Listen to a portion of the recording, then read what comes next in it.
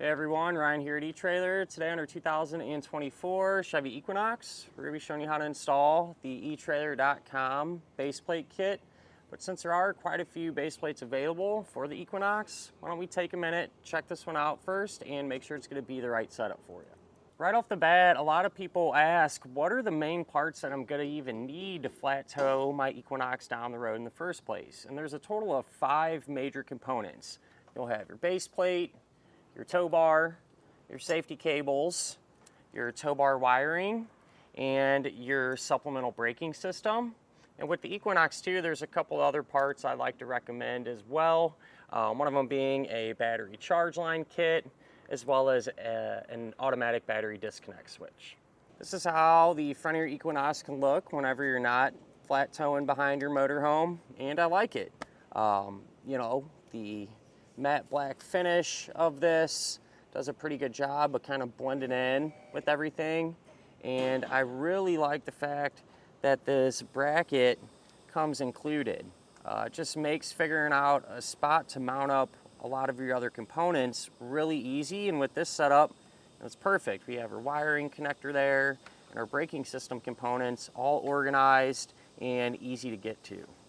As far as the appearance goes, compared to some of the other base plates available, not really a ton of differences there. You know, they're all going to be sitting in a similar location, and all do a pretty good job of blending in for the most part, you know. With that said though, whenever you are ready to hook up to your coach, you can remove these caps, which they just snap right out. I like them. I think it gives it more of a finished look when you're not using everything, and helps keep the inside protected too from dirt and stuff getting in there. You'll have these removable arms. All right, and you put these in, rotate them. You'll have a pin and clip that you can put through there. And same exact deal on the other side. And once we're like this, we have the attachment points that we need to be able to hook our tow bar up.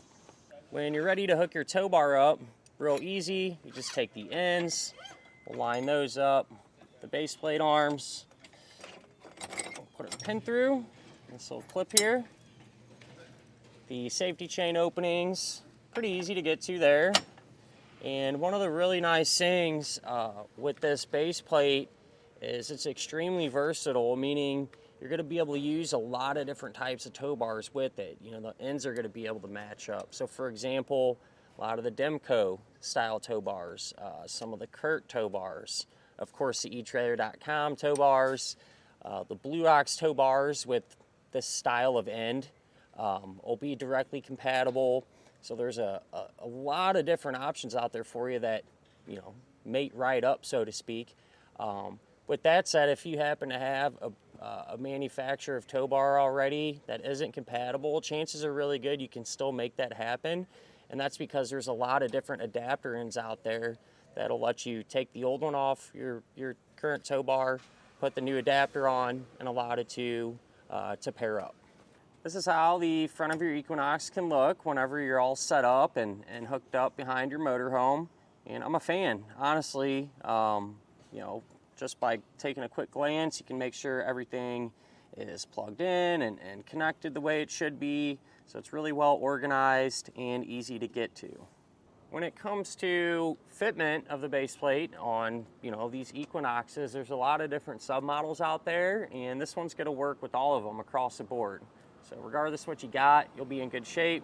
Granted, you might have to make some slight alterations compared to some of the other ones. For example, the RS model here today, I had to trim the grill out a little bit differently, but not a huge deal. Other than that, when it comes down to it, this is a great option for just about any Equinox out there. And I say that because not only is it going to look good, but it works with all those different types of models, you know, a lot of different types of tow bars, so on and so forth.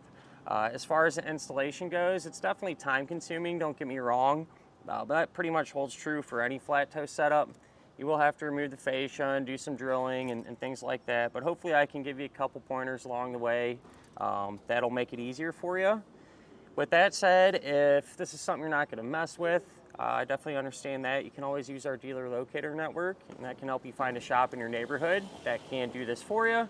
But if you're gonna give it a go, hang around, we'll go ahead, pull into the garage, and get started on it now. To begin our installation, we'll be here at the front of our Equinox. And go ahead and open up your hood. We'll have to remove our fascia. So to start with that, along this top edge here, we're gonna have 6 fasteners that we can pull out. Here's what they look like. There will be a T15 Torx bit that you can use. And 3 on each side. And from this point on, whatever we do to one side of our vehicle, we'll also do to the other side, because it'll be set up the same way. Moving underneath the front, on each side, we're going to have 3 7mm head screws. And pull those out. And then kind of behind this flap, we'll have some more fasteners. With these are also 7mm head. Pull that one out. This one. And this one. And then that'll kind of allow us to rotate that out of the way a little bit, allowing us to get to this one here. You move to your wheel wells now, and definitely helps if you turn your tires in. Gives you a lot more room to work. And that's because along the edge, we're going to have 5 T15 Torx bit screws. Go ahead and pull all them out.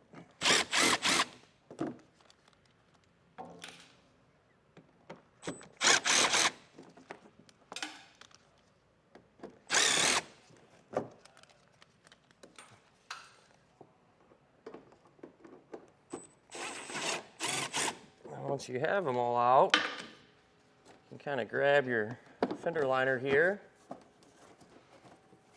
and just kind of peel that back some. That way we can get to a fastener right up in here. That's a fastener that we're trying to get to. That's going to have a 7mm head. So get that pulled out here. Work on getting the fascia removed now, and so where we're going to be working, I put some painter's tape just so we don't scratch anything. And very first thing I like to do is just kind of grab the fascia, just kind of work it, start to kind of loosen everything up a little bit. And the piece that we'll worry about first, there's this part of the grill, this little trim piece that runs on top of our headlight. And I like to get this popped out first because it's kind of a more difficult part, and as opposed to having the fascia kind of hanging off and trying to do this, it's just in the past I found this to be easier. So what I like to do, if you grab this part, you can pull that up and over that, and I like to work from the inside out with these. And so I just have a trim tool and just be very careful, start to kind of work this thing free. There's just a couple of push pin fasteners holding this guy in here. And I'll even use 2.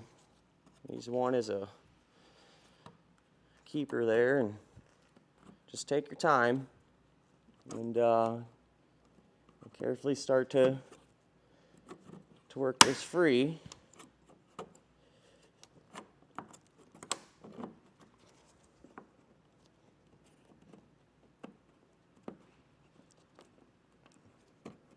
Looks like the other push pin is right here. So there we go. So you pop free. You want to pull it kind of straight to you, and just so this doesn't get snapped back into position, these little fasteners, I'm just going to slide them out of the little retainers. That way when I let the pressure off this, it's not just going to plug itself right back in.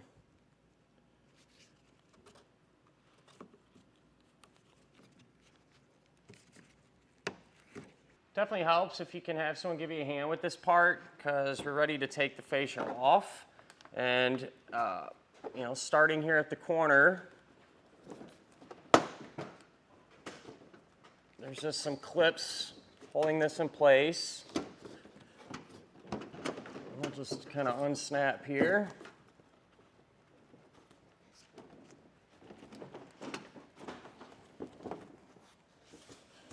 Sometimes you might have to come in with a little pick or something and try to help work it out.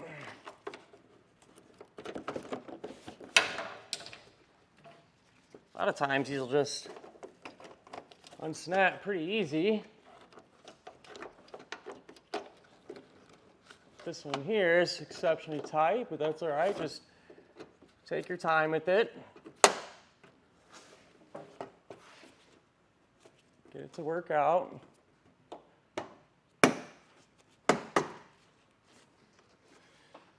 So the other side was the same. We'll pull this away, and we might have some wiring we need to disconnect. On this side. In our case, looks like it'll be over on the passenger side. Here's one of the connector plugs. There's a red tab. And pull that back, and then push down on the center of it. And honestly, sometimes too, if you kind of push them harder together and then push down on the tab, a lot of times it'll make it easier to disconnect. It's also going to be attached with a little plastic fastener to the frame. A little keeper there, so we'll pry that out. And then ours also has this connector here. With these, be real careful. They're easy to break. You can push down on that end and separate it. But what I found, if you come in with a small pick or a flathead and just carefully kind of pry up on it,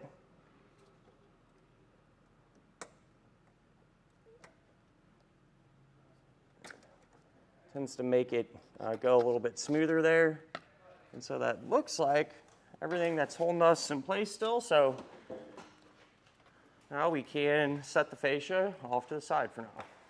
We can get just the driver's side headlight removed. There's some 7mm screws. One is right there in the corner.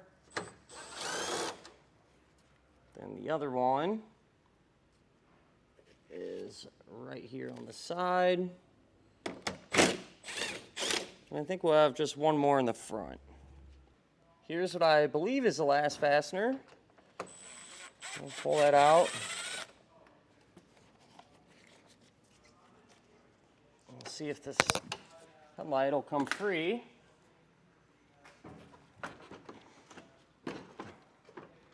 Which it is.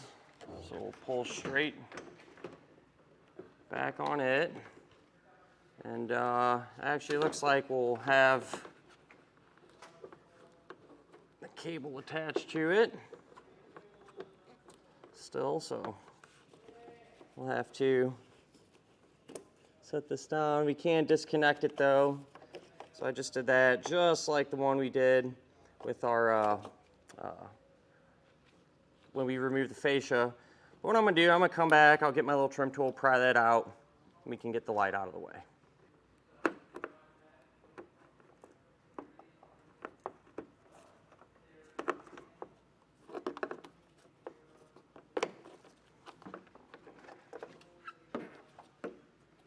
Look in your engine compartment, kind of just in front of your washer fluid fill reservoir. We're gonna have our two washer fluid lines. And what I'm gonna do is disconnect them. If you just kind of squeeze in on those tabs, I'll let you remove them. And then the two ends here that are actually running to our tank, I just plug those in together. That way when we remove this, it's all sealed up and it doesn't leak or anything. For the tank, there's a few fasteners. One of them is right here. That's a 10mm. So that's what we'll pull out first.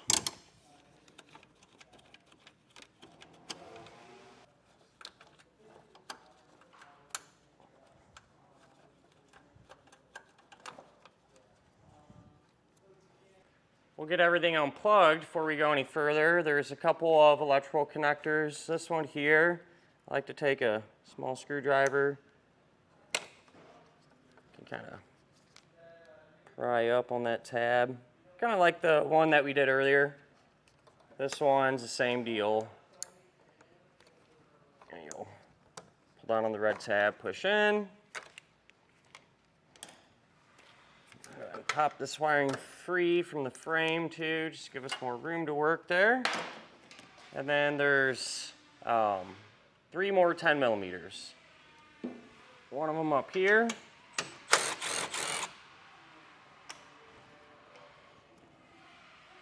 This one here.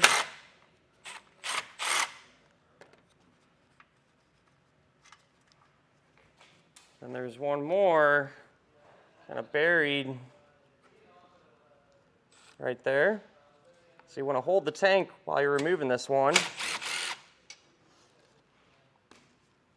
You should be able to just kind of slide it out and work it away from our Equinox. If your Equinox has this air dam shutter deal here, we'll have to remove it because it'll be in the way. And to do that, on each end of it, you'll have 2 push pin style fasteners. So you just pry underneath the head, able to pull the whole base out.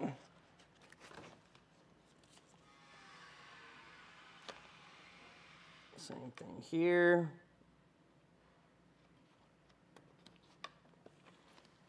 And I got the other side removed already. I should be able to just kind of work off from the front of our car. That shutter that we removed was also helping to hold up, you know, this little air dam. So I'm going to take those push pins that we just pulled out, reinstall those. And then we have this air temperature sensor here that'll be in the way. I'm going to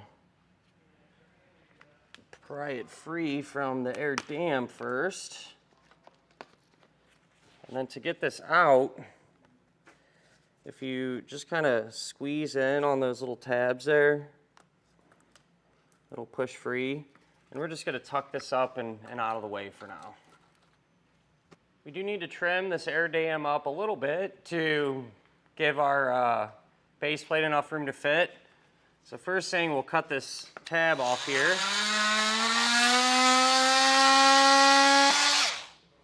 We'll find a spot to relocate that temperature sensor later on, and we'll cut out an opening here.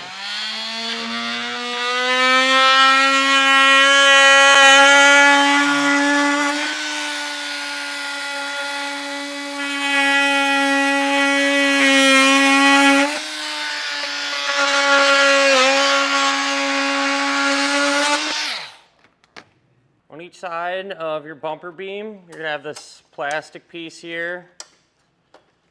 That just pulls out. And that'll expose these 4 bolts, hold our bumper beam on.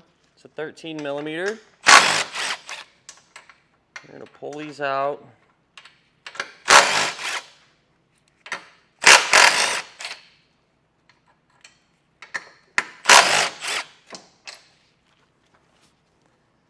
And then there's these side brackets here, and they are side specific. A lot of times they will be labeled, but check your instructions as well, just to be on the safe side.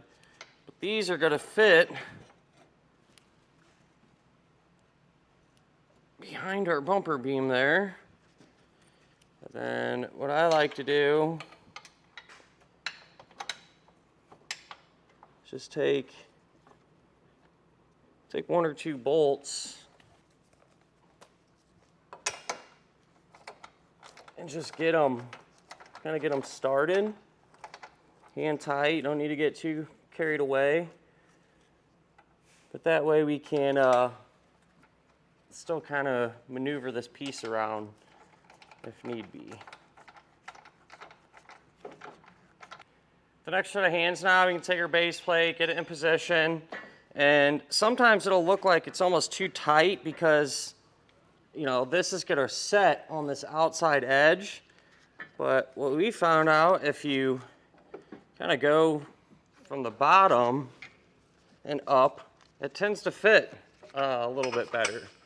So with it like that, not going to worry about clamping it or anything for the time being. I'm just going to take one of these big bolts, push it through, and just taking a lock nut on the other side of it We'll get it started hand tight. That way at least the base plate will be holding itself up, and we can kind of go from there. Our goal now is to get the base plate to try to sit up nice and tight against the bottom of the frame there, as well as the back side. So we'll get it roughly in position, and usually you'll get it real close. It's, you know, pretty rare you get it absolutely perfect, but we're gonna do our best here. And I'm just gonna hold it in place, and I got a pair of vice grips there. We can lock it down to keep it in position. Once you got this clamped in place where you want it, we can drill out the holes, all right? And so I have a 3/8 bit, and especially over here on our driver's side, there's some components close to this area. And so what I did is just took some blocks of wood and kind of tucked them up in there. That way, if we accidentally, you know, drill all the way through and the bit wants to keep running, you know, further in, we're not gonna accidentally drill any drilling any parts. So that's what that wood's there for. Pretty straightforward though. We'll just work our way around and get these drilled out.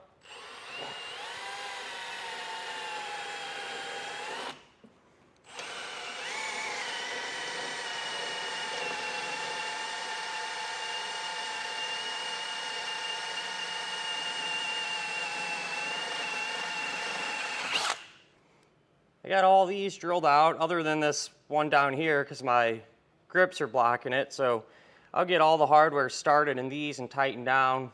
Can remove those and drill the last hole. But the hardware that's going to go in all these holes will be the same. You have this bolt, and then you want to take some blue Loctite that they give you, put some on the threads, and all the hardware that we're going to use to secure the base plate will get this blue Loctite. So you'll just feed them through like that. Then we can get the nut started on the other side. There's where our bolt comes through, and then on the other end you'll just take a nylon lock nut and get that started. And I just like to run through these one by one. So once we get one of them going, come back with a 9/16 wrench and socket and snug them down.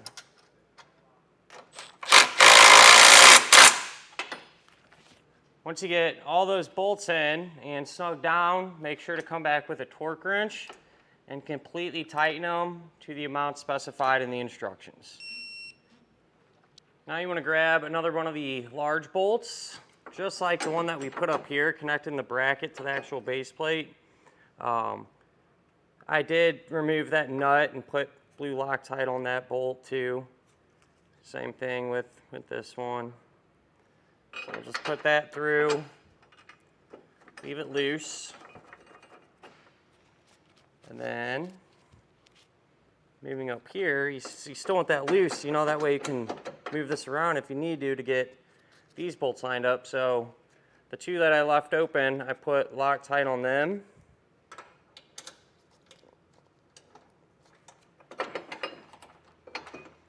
I'll get these started.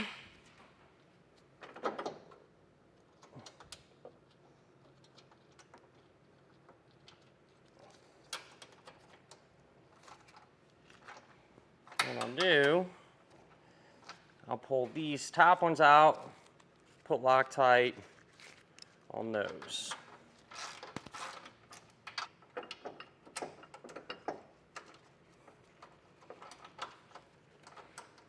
Once we got all these going, we'll come back and snug them down.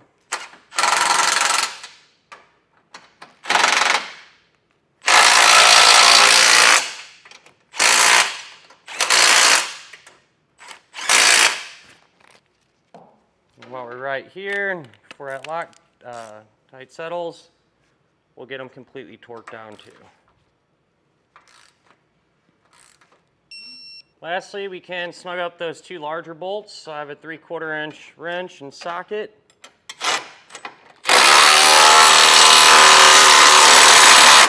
We'll run those down.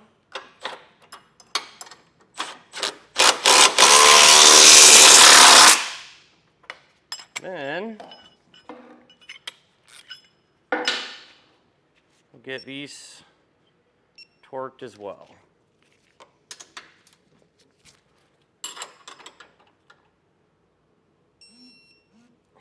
Now that you have all the bolts installed and completely torqued down, what you can do, you can grab the included safety cable, and they give you this little D-link too.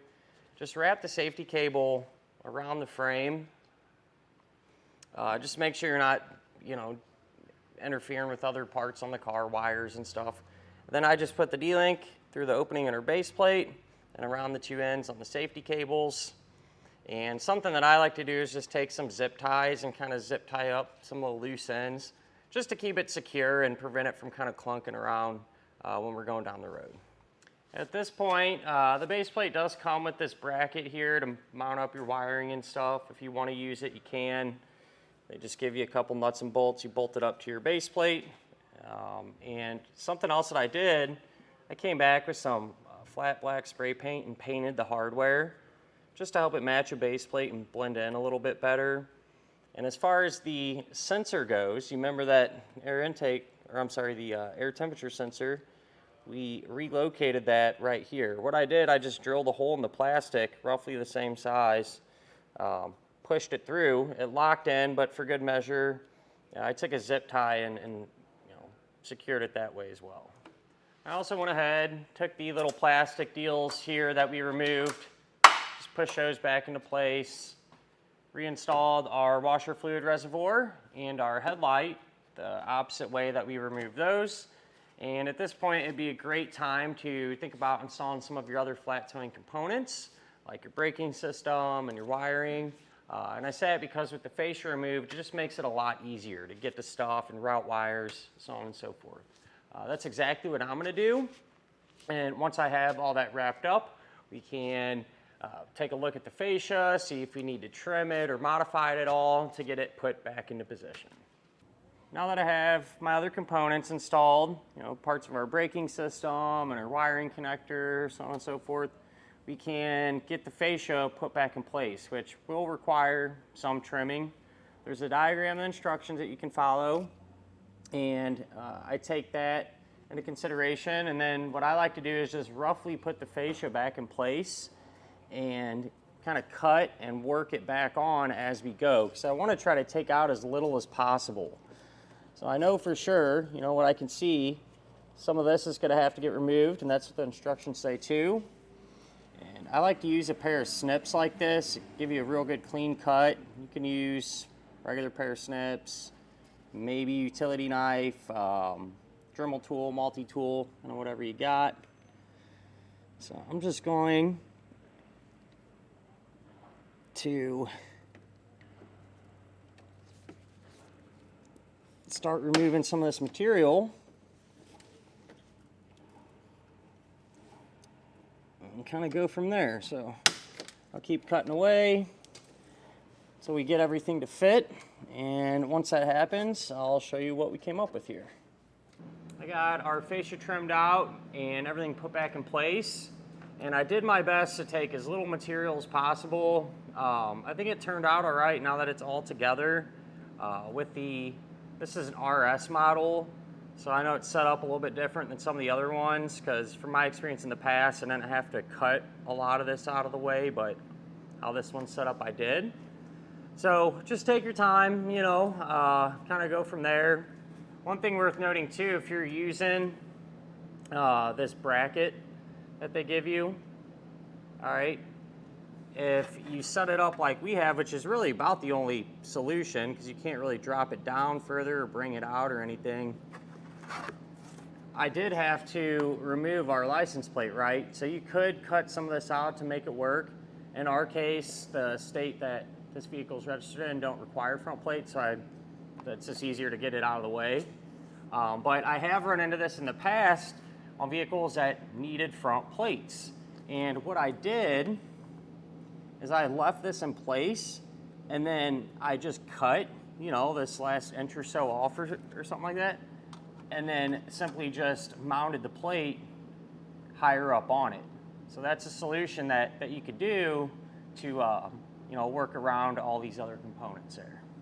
And that'll finish up our look at and our installation of the etrailer.com base plate kit on our 2024 Chevrolet Equinox.